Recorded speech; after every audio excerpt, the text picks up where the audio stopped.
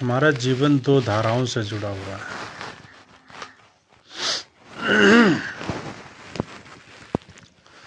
एक तो व्यवहार, दूसरा अध्यात्म। व्यवहार की सीढ़ी से ही गुजरता है हमारा जीवन। सुबह शुरुआत होती है तो व्यवहार से ही शुरुआत होती है। जागते ही जीवन की शुरुआत चालू हो जाती है। घर में, परिवार में जितने सदस्य हैं, उन लोगों के साथ में जीना, उठना, बैठना, बोलना व्यवहार कहलाता है। अब हमारे जीवन में यह तय करना है कि व्यवहार कितनी मधुरता से होता है। स्वर्ग की सीढ़ी वहीं से लगती है। अगर हम स्वर्ग की सीढ़ी ऊपर लगाना चाहें तो हम नहीं पहुंच सकते हैं। अगर होगा भी स्वर्ग, कहीं कल्पना कर रहे हैं, तो वहां सीढ़ी लग भी नहीं सकती।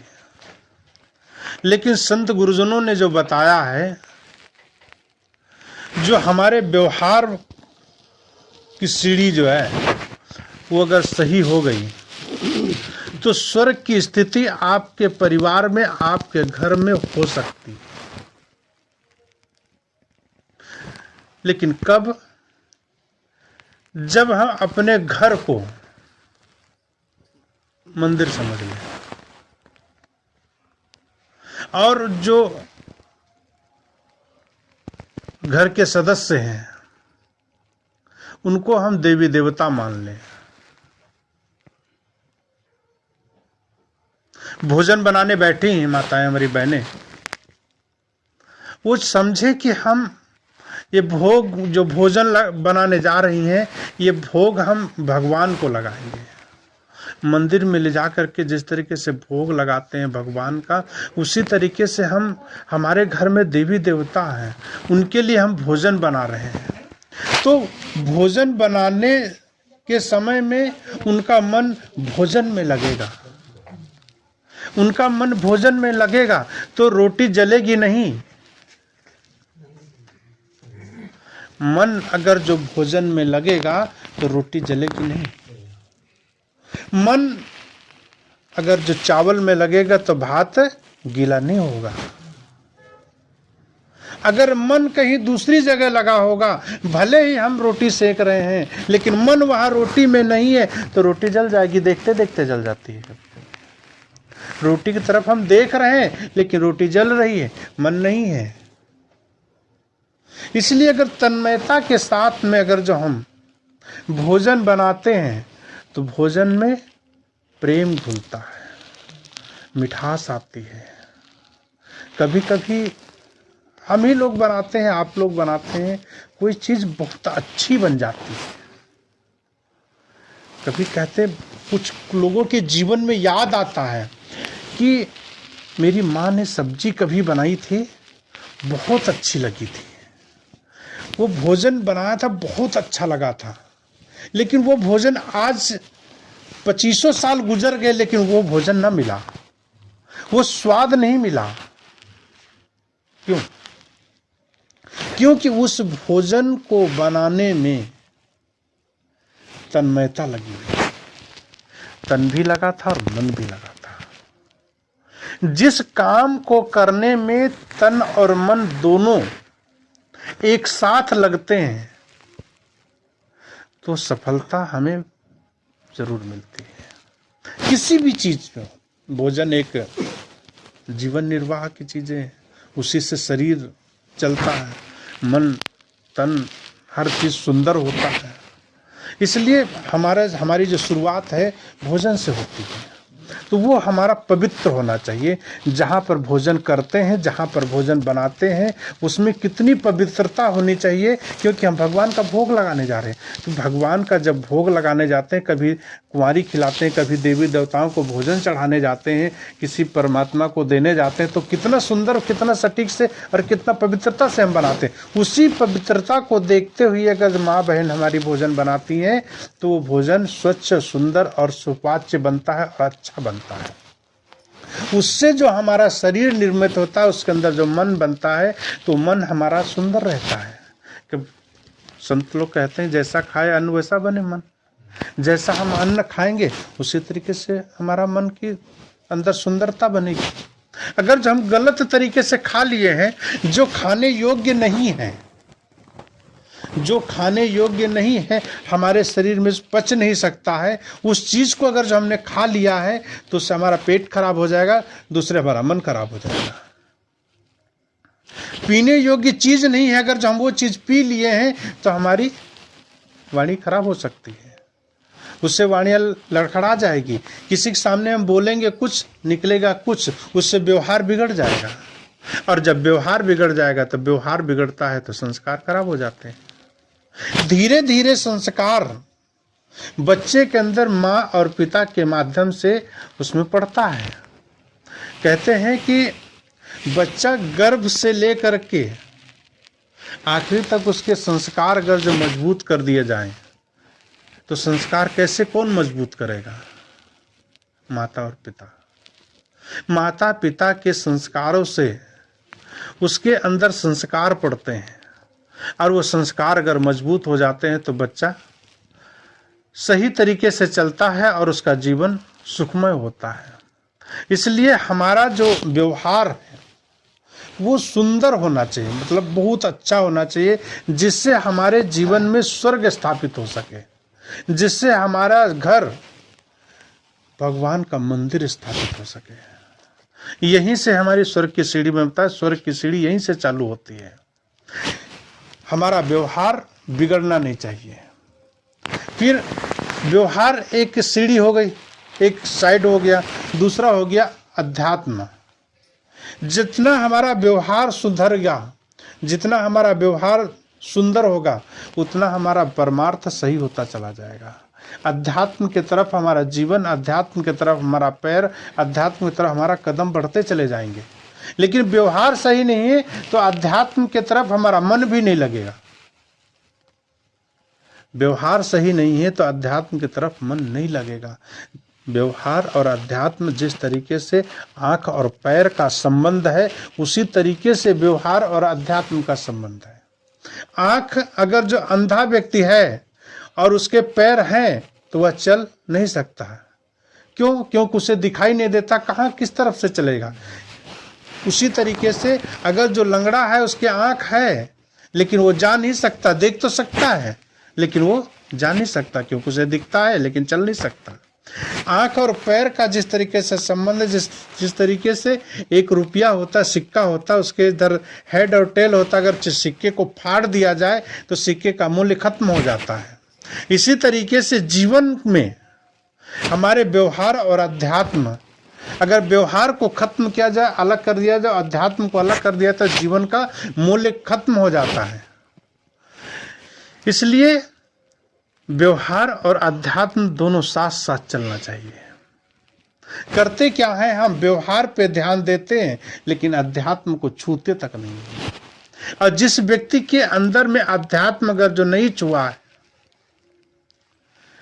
बहुत सुंदर घर है, सब कुछ है, लेकिन उसके घर में संत गुरुजन नहीं आते हैं, उसके घर में पूजा नहीं होती है, उसके घर में किसी महापुरुष की प्रतिमा नहीं लगी है, उसके घर में दिया अगरबत्ती नहीं होती है, शाम को बैठ करके पूजा नहीं होती है, अर्चना नहीं होती है, तो आई हुई बहू, पैदा हुआ बच्चा आपका संस्कृति से दूर हो जाएगा, संस्कार उसके अंदर से मर जाएंगे।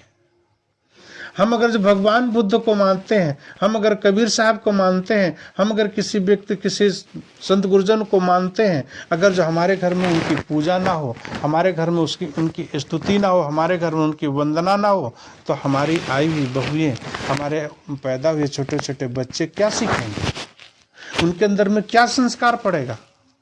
इसलिए मैं तो कहता हूं कि भोजन से पहले शाम वक्त होता है तो गुरु के नाम से एक दिया लगा दो, गुरु के नाम से 2 अगरबत्ती लगा दो, बैठ करके संत गुरुजनों के माध्यम से आप संध्या पाठ तो 2 शब्द बैठ करके सुन लो, पढ़ लो।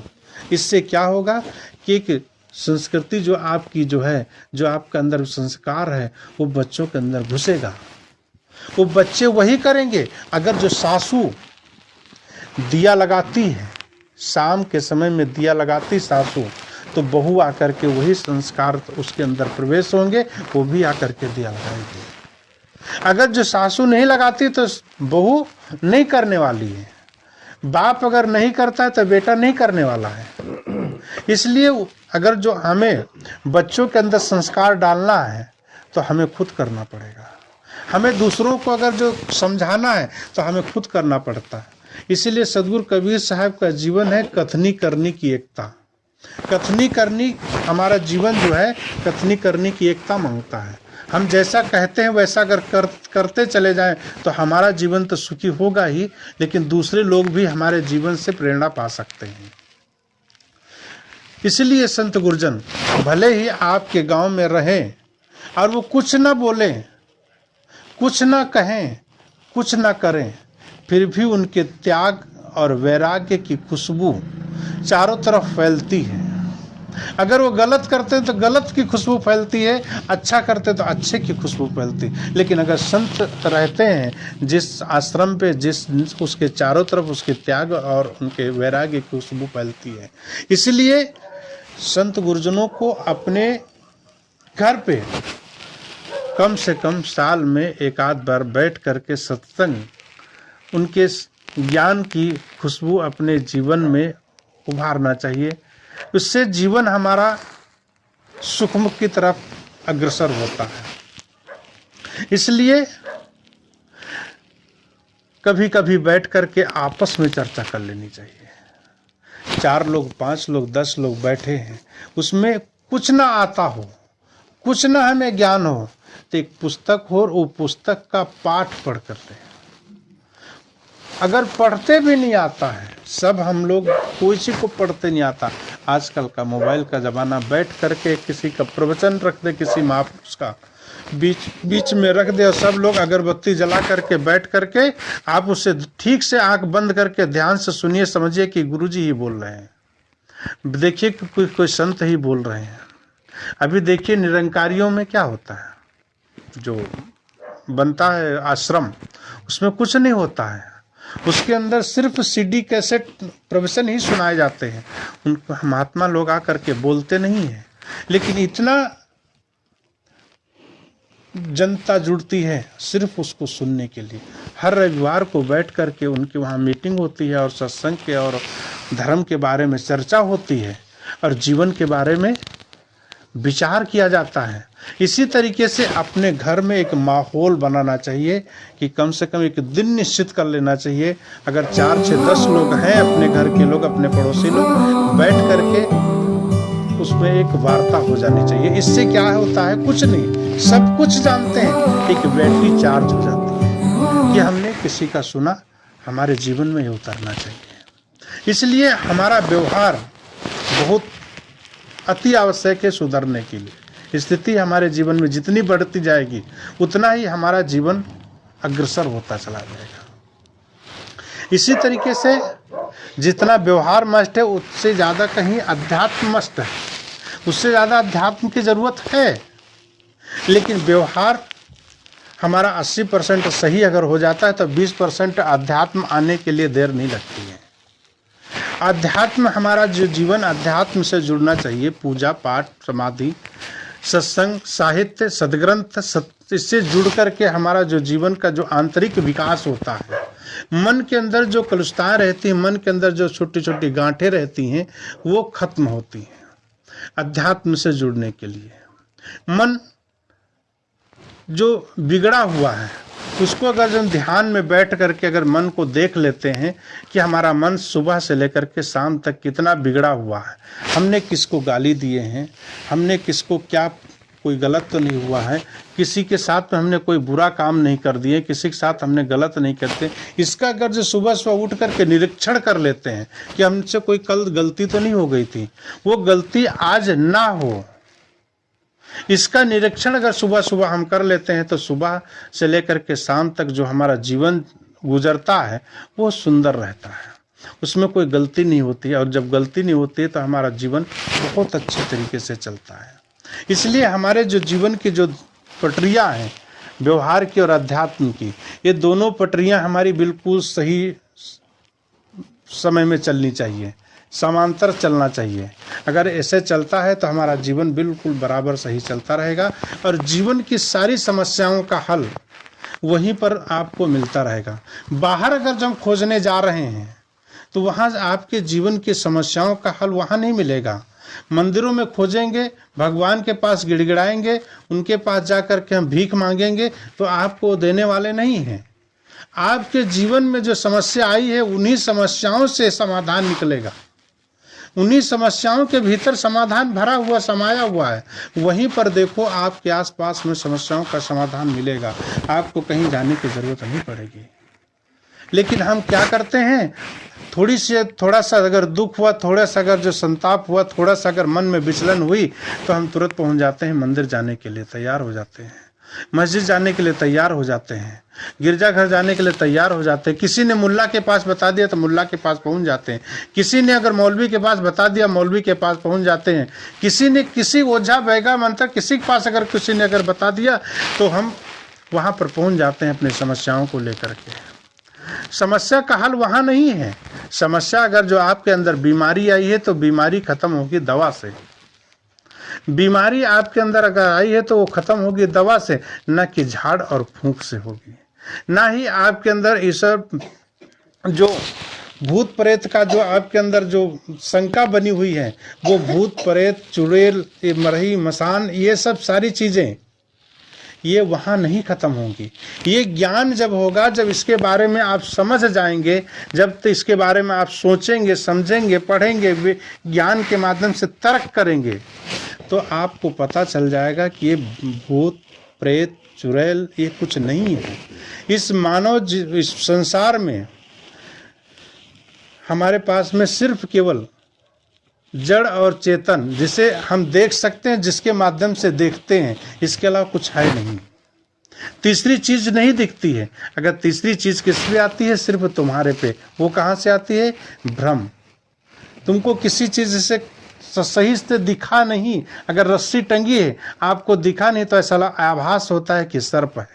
इसी तरीके से आपके जीवन में अगर जो कोई चीज की कमी हो जाती है तो किसी चीज़ का मन में हलचल होता है, शरीर में हलचल होता है तो ऐसा लगता है हमें भूत पकड़ लिया है, ऐसा लगता है हमारे जीवन में कोई गलत साया आ गई है।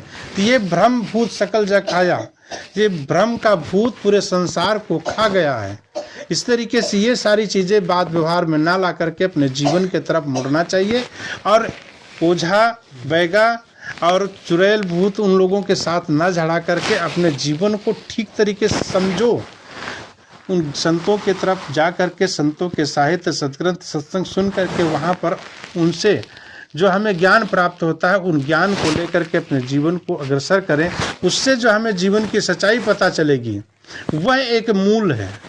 उसको अगर जीवन में हम ढालेंगे तो हमारे जीवन में खुशियाँ आएंगी, हमारे परिवार में खुशी होगी, हमारा परिवार विकसित होगा और हमारा जीवन भी विकास करेगा।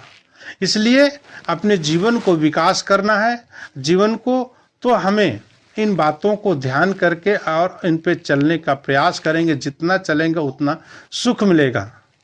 अगर जो हम चलेंगे नहीं, हम कहते रहें और आप सुनते रहें और हम ना करें आप ना करें तो हमें ना इसका लाभ मिलेगा, ना आपको लाभ मिलेगा, ना किसी को लाभ मिलेगा। इस पे चलना पड़ेगा। इन धीरे धीरे इनको हमें अपने जीवन में लागू करना पड़ेगा। जैसे संत गुरुजन लोगों ने लागू किए हैं, अपने जीवन का लाभ ले रहे हैं, आप सब लोग लागू करेंगे, अपने जीवन का लाभ लेंगे। इसलिए जीवन का लाभ लेना है तो इन सारी बातों को अपने जीवन में लागू करना